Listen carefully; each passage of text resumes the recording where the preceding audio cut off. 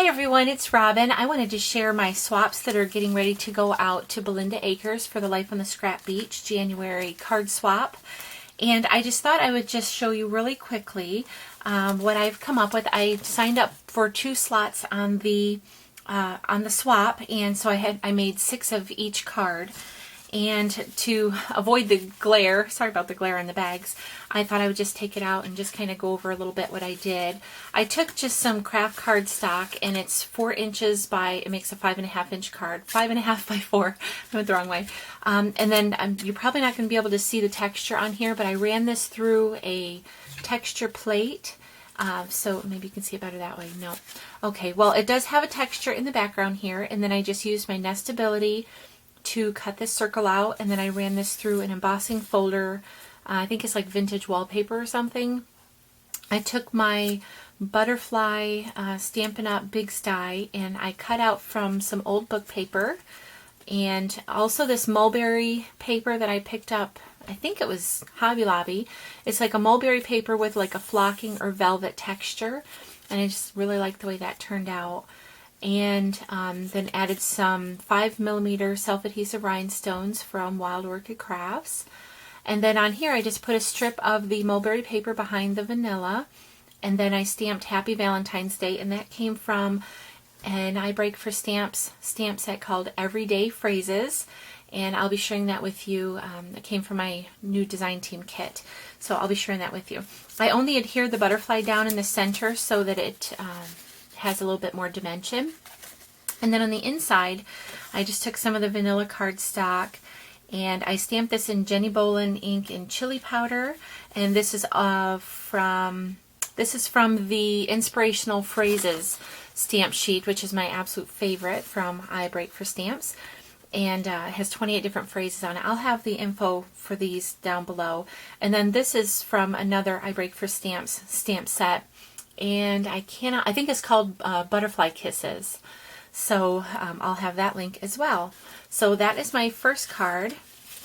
And then the second card is kind of a shabby chic card. And I saw my inspiration for the fishtail kind of banner look came from Pinterest. And I didn't pin it, so I went back to look so I could give proper credit to whoever came up with this, or the first place I saw it, and I hadn't pinned it. It was just kind of in my head somewhere. I came along, just kind of surfing. So I don't know who to give credit for the inspiration for doing the fishtail. But anyway, what I did, I took a 3 inch by 1 inch strip, actually 5.5 of them, and then I just used my one of my punches to slot out the little fishtail, and then I inked it. I'll show you how I did this in another clip coming up, so I'm not going to go into the details of that. But this came from the Everyday, the phrase here, a quick note came from the Everyday Phrases from I Break for Stamps.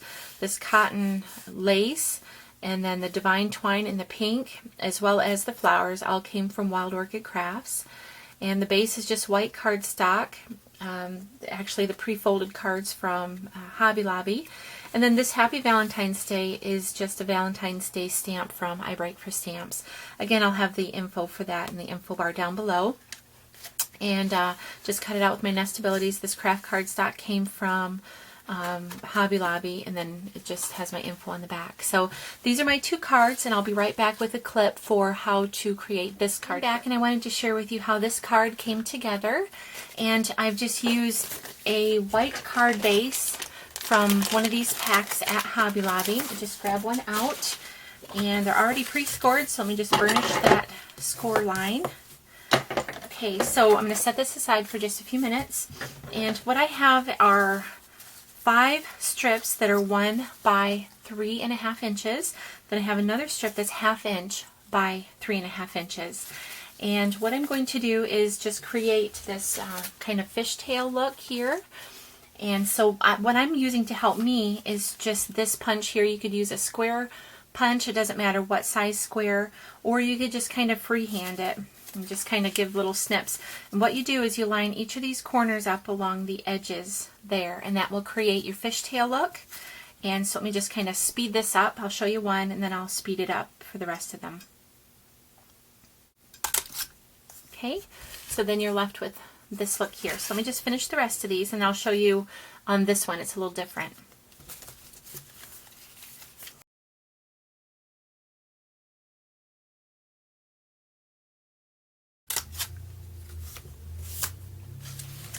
Okay, now for this one, because we can't put the whole fishtail in there, we want it to go from the point to the bottom of the card. Let me just kind of draw it out for you. You can take and mark this with a pencil if you wanted, but we're just going to mark it right there. And then I'm still going to use my, for consistency's sake, I'm still going to use my punch. So I'm just going to line this top corner up with the point, the corner on my punch. Okay, so you end up with this look. Now what I'm going to do is take some Vintage Photo Distress ink and my blending tool, and I'm just going to ink around 3 sides. You don't have to worry about this side because we're going to cover it. So let me just do that really quick.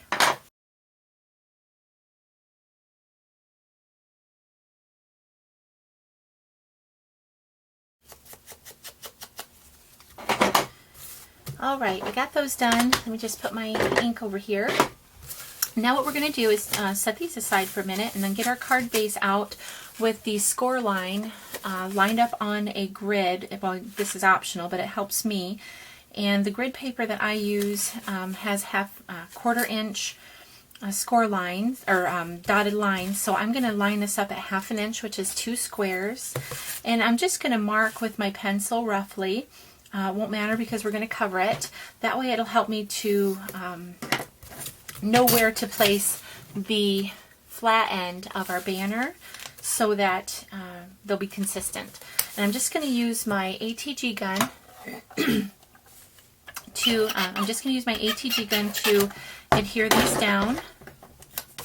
And then you just kind of line it up, starting with the top, the 1 inch, and you're going to work your way down to the 1/2 inch being on the bottom. You're looking at this upside down, but you just want to line the end up there, and then of course the top. And we're just going to work our way down.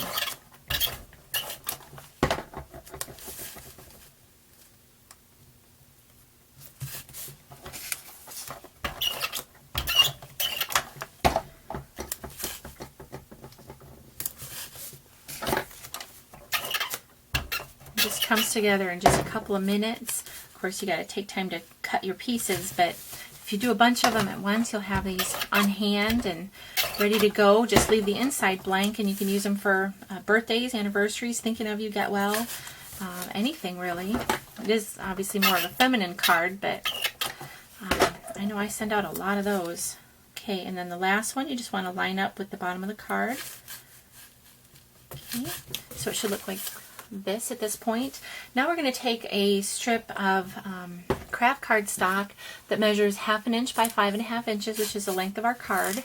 And we're going to line that up along the score line. We're going to cover this part up, so it really won't matter if it's lined up this way. So don't worry about that. Let me just add some adhesive. And again, lining it up along the score line, the top and bottom of the card. Okay, so it should look like that. Now I'm going to add 1/2 of a doily, and these are just I think they're 4.5 inches in diameter, and I've just used my trimmer to cut that in half. I'm going to add just a little bit of the Vintage Photo just to soften it up a little bit. I still want a lot of white to show, and I'm not going to worry about this flat end because we're going to cover that up as well. Let me just adhere that. I'm going to use 2-way glue pen and then this tape runner just because it's lighter. And let me just pop some adhesive around the edge here really quickly. I'm going to have other layers over this, so you don't have to worry about getting every little spot. Okay, and let me put the lid on that. Now what we're going to do is just worry about lining this part up where we want it here, not worry about the back. Okay, you could actually leave it more than just 1/2 of a doily if you were worried about that. Okay, I'm not worried about it because I know we're going to add more layers on it and you won't even see it. So, okay, now what I'm going to do is I'm going to take some, I just did it in half so that it wouldn't have as much waste. That way I can use 1/2 on each card. And so, like I said, it eliminates waste that way. Get some cotton lace. This is from Wild Orchid Crafts. And what we're going to do is just attach it this way so that the decorative edge is facing the score of the card. So let me cut off what I think I'm going to use. We can trim it later. All right, and just to help hold it down, I'm going to add just a little bit of tape. Okay, then I'm going to use my hot glue gun to finish adhering this. Okay, so again, this is my score line. And I'm just going to have a little bit peeking through here. Okay. All right, we can trim this off after we hot glue it. I'm going to get my hot glue gun in here. And you can see that this is lined up pretty much with the end of the doily. And then we're going to also add some twine. So if there's any gap, that'll be pretty much invisible. All right, let me just line it, the end here with some hot glue. Whoops, I scooted it a little too far, so this one's going to have a little bit of curve to it. All right, glue strings everywhere, of course.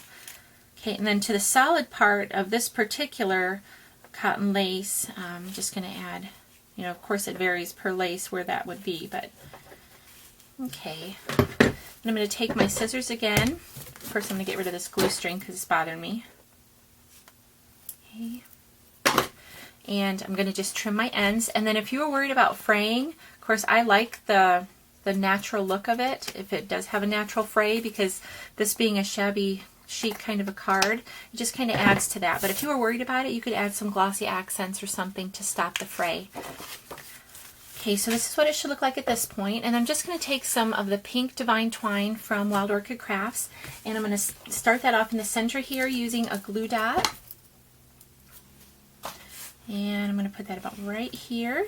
Okay, and then I'm just going to wind it around my card twice, going on the inside. And then you can kind of add it in a decorative way if you want, like a kind of a crisscross pattern.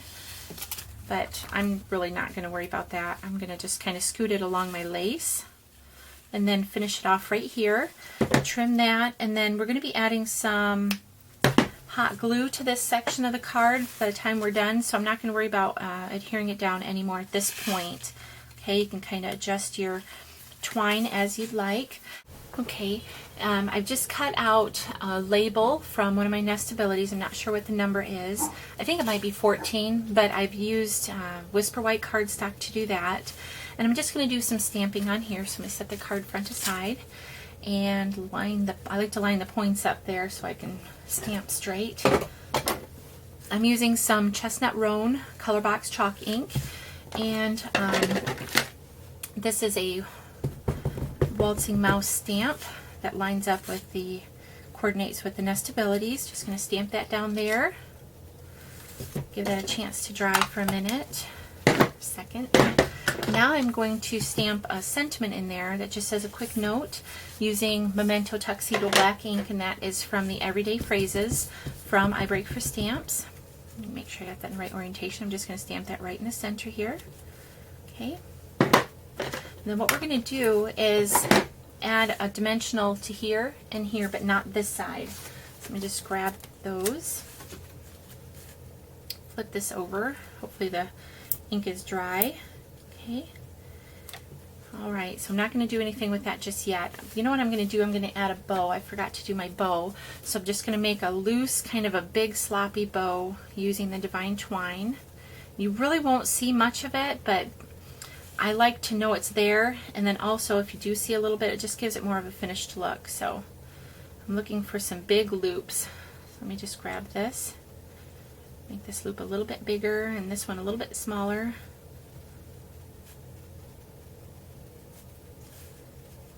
Okay, so about like this would be right. Let me trim my edges.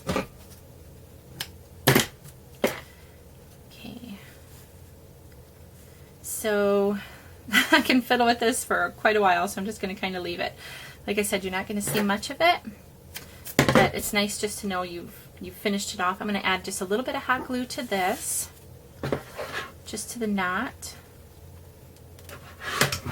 and then I'm going to put it lengthwise right in the center here. Let me trim off the ends a little bit more. Okay, so now we're going to take our sentiment and take the liner off of the dimensionals. almost done here. I'm going to add a little bit of hot glue to this side here, which is the this end of the tag. I'm going to pop that right over the knot. Okay, just going to push that down. And then I'm going to take some of the 20 millimeter open roses. I'm going to bend the stem over.